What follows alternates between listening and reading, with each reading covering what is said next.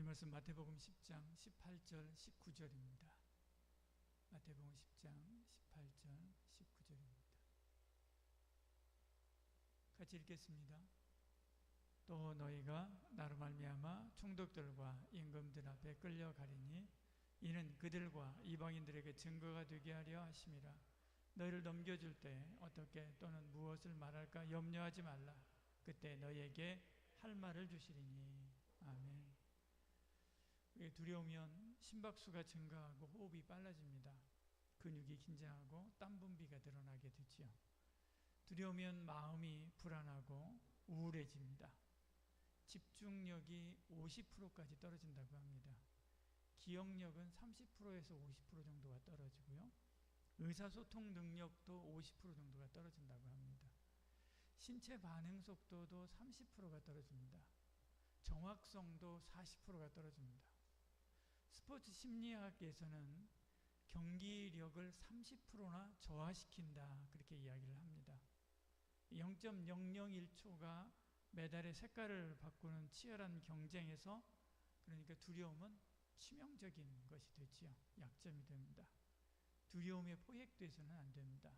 더 놀라운 것은 두려움을 잘 관리를 하면, 그리고 극복을 하면, 오히려 그래서 이 두려움을 주는 그 스트레스를 조절을 하면 성과를 오히려 20%까지 더 높일 수 있다, 그렇게 이야기합니다. 그러니까 두려움을 어떻게 관리하느냐에 따라서 나타나는 그 사람의 역량의 크기가 마이너스 50%에서 플러스 20%까지 되는 것이죠. 개인의 역량을 넘어서 두려움 관리가 인생의 성패를 좌우하는 중요한 요소가 될 수 있다라고 하는 것을 알 수 있는 것입니다. 여러분 주변에도 그런 사람들 있지 않습니까? 시험 평소에는 너무나 잘 하는데요, 시험만 보면 성적이 안 좋습니다. 시험 보면 막 두렵고 떨리고, 그리고 이렇게 막 쓰려고 하면 팔이 떨려가지고 못 쓰고, 막 그런 친구들이 있습니다. 다 이 두려움 때문에 자기 역량을 다 발휘하지 못하는 사람들 이야기 있죠. 그런 사람들이 우리 주변에 생각보다 많이 가까이 있습니다. 그래서 그런지 하나님은 우리에게 두려워하지 말라라고 하는 이런 말씀을 굉장히 성경에서 많이 말씀합니다. 성경에 굉장히 많이 나오는 말씀 중에요, 이사야서 41장 10절, 두려워하지 말라, 내가 너와 함께함이니라. 놀라지 말라, 나는 내 하나님이 됨이니라. 내가 너를 굳세게 하리라. 참으로 너를 도와주리라. 참으로 나의 의로운 오른손으로 너를 붙들리라 말씀하죠. 아멘. 네. 신명기 31장이나 요한복음 14장 27절도 마찬가지죠. 너희는 강하고 담대하라. 두려워하지 말라. 그들 앞에서 떨지 말라. 너희는 마음에 근심하지도 말고 두려워하지도 말라 말씀합니다. 왜요? 하나님이 우리의 보호자가 되어주시기 때문에 그렇습니다. 여호와는 나의 빛이요 구원이시니 내가 누구를 두려워하리요. 여호와는 내 생명의 능력이시니 내가 누구를 무서워하리요. 이렇게 말씀하고 있죠. 그러니까 우리는 두려움 대신에 뭐가 필요합니까? 믿음이 필요한 거지요. 마가복음에 말씀합니다. 예수께서 그 하시는 말을 곁에서 들으시고 회당장에 이르시되 두려워하지 말고 뭐만 하라? 믿기만 하라 말씀하고 있죠. 두려움이 오면 떨지 말고, 그러면 어떻게 해야 돼요? 기도해야 됩니다. 시편 34편에 말씀합니다. 내가 여호와께 간구하며 내게 응답하시고 내 모든 두려움에서 나를 건지셨도다. 기도하니까 두려움에서 나를 건지셨다, 이렇게 말씀하죠. 기도하면 응답하시고 저와 여러분을 두려움에서 건지십니다. 마음의 평안이 깃들게 되는 것이죠. 이렇게 마이너스 50%까지 우리를 잠식시키는 이런 부정적인 감정을 잠재웠다고 한다면 이제는 용기와 담대함을 가지고 다시 일어서야 되죠. 그래서 플러스 20%라고 하는 용기와 담대함이라는 이런 감정으로 충만해져야 되는 것입니다. 여호수아서에 말씀합니다. 같이 읽겠습니다. 우리 힘주는 말씀이기 때문에 같이 읽습니다. 내가 내게 명령한 것이 아니냐. 강하고 담대하라. 두려워하지 말며 놀라지 말라. 내가 어디로 가든지 내 하나님 여호와가 너와 함께 하느니라 하시니라. 깨어 믿음에 굳게 서서 남자답게 강건하라. 아멘. 아멘. 이제 시험 보는 우리 친구들도 이 말씀 붙드는 은혜가 있기를 소원합니다. 예, 그리고 이제 준성이랑 태상이 어디 갔어요? 태상이랑 이제 저 안에 들어갔네요. 다음 주 오후 예배 드리나요? 못 드리죠. 오늘 오후 예배가 마지막이네요. 다음 주면 단기 선교 떠나게 되는데 두려워하지 말라. 강건하라. 그렇게 말씀합니다. 두려움은 우리 인간에게 굉장히 자연스러운 감정이지만 우리 행동을 제한하고 또 믿음의 발걸음을 막을 수 있습니다. 오늘 우리에게 주신 말씀은 마태복음 10장 19절 있죠. 이 말씀에서는 우리가 두려움을 넘어서 하나님의 인도를 신뢰해라 라고 하는 말씀을 하십니다. 너희를 넘겨줄 때 어떻게 또는 무엇을 말할까 염려하지 말라. 그때 너희에게 할 말을 주시리니 말씀합니다. 그럼 구체적으로 어떻게 부정적인 마이너스 50%의 감정을 긍정적인 플러스 20%의 감정으로 바꾸는가? 먼저 두려움의 정체를 알아야 됩니다. 10장 18절에 이렇게 말씀하죠. 너희가 나로 말미암아 총독들과 임금들 앞에 끌려가리니 말씀하죠. 끌려가요. 그래, 끌려갑니다. 두려움의 핵심은 끌려가는데 왜 무서워하는가? 두려움의 핵심이 뭔가? 그렇죠? 박해와 위협 속에서 내가 이러다가 죽는 것이 아닌가? 망하는 거 아닌가? 맞으면 찔리면 아플 텐데 사자에게 던져지면 어떻게 하지? 남겨진 가족들은 어떻게 하지? 이런 생각들 있지요. 우리에게도 마찬가지입니다. 불확실한 미래, 실패에 대한 두려움, 아무도 나를 찾지 않으면 어떻게 하지? 그런 생각들. 그런데요, 자세히 이런 우리를 두렵게 만드는 이 감정들을 자세히 뜯어보면 막연합니다. 실체가 없어요. 실체가 없는 경우가 허다합니다. 만약에 실체가 있다면 어떻게 해요? 불안해하지 않고 대비를 하죠. 대비하는 게 먼저입니다. 실체가 없기 때문에 불안해하고 대비할 뭘 어떻게 해야 될지를 모르는 거지. 왜? 실체가 없기 때문에 사실은 그런 것입니다. 현재 나의 상황은 무엇인가? 왜 나는 이 상황에서 두려워하고 있는가? 두려움이 내 행동에 어떤 영향을 미치고 있는가 확인해 봐야 되는 거죠. 먼저 자신의 상태를 정확하게 판단하는 것이 중요합니다. 10명의 정탐꾼이 가나안 땅에 들어갔습니다. 그때 그들의 성은 크고 사람들도 크고 무기도 철제로 되어 있고 그들은 훈련도 잘 되어 있는 그런 군사들이다 라고 하는 사실을 파악을 했죠. 그러니까 그들과 싸우면 메뚜기같이 작은 우리는 아무리 싸워도 그들을 못 이긴다. 그렇게 판단하게 됐죠. 여호수아와 갈렙도 마찬가지 똑같이 그렇게 생각했습니다. 그런데 그들은 거기에 하나님은 우리 편이다 라고 하는 것도 알았죠. 그러니까 그들은 우리의 밥이다 라고 말한 것입니다. 세상 사람들은 상황을 파악하는데 하나님을 고려하지 않습니다. 영적인 상황을 고려하지 않는 거죠. 똑같이 어떤 상황에 대해서 파악을 하는데 세상 사람들은 거기에 반만 파악하는 거예요. 보이는 현상만 파악하는 거지. 근데 더 중요한 것은 이 보이는 현상, 보이는 이 모든 것들을 움직이는 저 위에 있는 게 더 중요한 것이죠. 근데 저 위에 있는 것은 세상 사람들은 저 위에 있는 것은 파악하지 못해요. 그리고 파악하지 않아요. 고려하지 않습니다. 그러나 여호수아와 갈렙같이 저와 여러분 우리는 그것까지도 파악하고 그것까지도 고려하게 돼요. 거기에 누가 계세요? 하나님이 계시죠. 하나님 우리를 도우시는 겁니다. 거기 하나님 우리를 도우시고 우리를 어떻게 하든 이기게 하시려고 준비하고 계신 하나님의 군사들이 있다는 거지. 오늘 선부예배 찬양팀 마하나임처럼요 그런 하나님의 군대가 있다는 겁니다. 우리를 돕기 위해서 보내진 하나님의 군대입니다. 여러분 땅만 보면 안 됩니다. 마치 시험 보는데 시험 볼 때 시험지 가지고 이렇게 막 풀잖아요. 한 페이지 막 풀고 나 다 풀었다 하고 벌떡 일어나서 가는 것과 같아요. 나중에 와서 보니까 다른 친구는 2페이지를 풀었어요. 그 다음에도 시험지가 하나가 더 있는 거예요. 망한 거죠. 이게 바로 다른 보이는 것만 파악하는 것. 이게 바로 첫 번째 페이지만 시험 보고 공부한 것입니다. 나중에 시험 다 끝나고 나서 그거 없는 줄 알았는데 아무 소용없는 거예요. 그러니까 그들의 판단은 바르지 못합니다. 하나님은 나를 사랑하시고 나를 위하시고 십자가에 죽기까지 하셨는데 그 주님이 나에게 이런 상황을 허락하신 이유가 무엇일까? 내가 무엇을 잘못했는가? 아니면 다른 뜻이 있는가? 라고 하는 것도 찾아야 되는 거지. 그리고 하나님이 나를 붙잡히게 한 것은 그들에게 복음을 전하라고 하신 특별한 목적이 있구나라고 하는 것을 깨닫는 것입니다. 18절 저기 앞에 이렇게 말씀하죠. 너희가 총독들과 임금들 앞에 끌려갔다라고 말씀합니다. 뒤에 뭐라고 이야기합니까?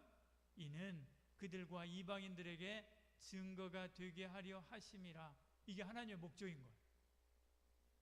이게 하나님의 목적입니다. 이 특별하신 목적인 거죠. 그래서 끌려가게 하시는 것입니다. 고통에는 뜻이 있습니다. 그러면 이 사실을 알았다면 풀려나려고 애쓸 필요가 전혀 없는 거죠. 오히려 잡아가지 않으면 잡아가라고 호소하고 들어가야 되는 거죠. 하나님의 뜻이 거기 있기 때문에 그런 것입니다. 하나님의 뜻은 다 좋습니다. 합력하여 선을 이루지요. 하나님의 뜻이라면 무엇이든 순종하는 것이 그러므로 마땅합니다. 욥에게 고난을 허락하신 이유가 뭡니까? 귀로만 듣고 말로만 배운 하나님을 손으로 만지고 그와 동행하는 성숙한 신앙인으로 성숙하게 하기 위함이었습니다.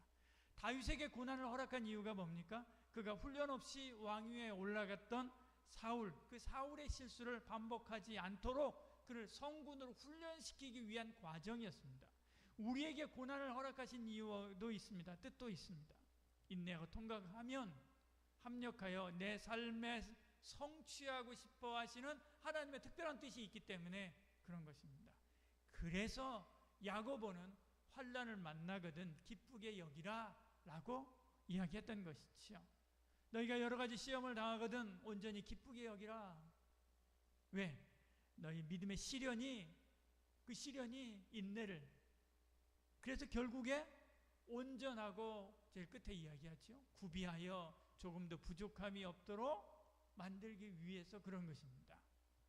이렇게 상황을 땅의 것만 보지 않고요, 하늘의 하나님을 생각하고 하나님의 뜻이 무엇인가를 묻고 그 안에서 나의 상황을 전체를 제대로 파악을 했다면 우리의 생각이 두려움에서 그 다음에는 용기로 바뀌게 되는 것이죠.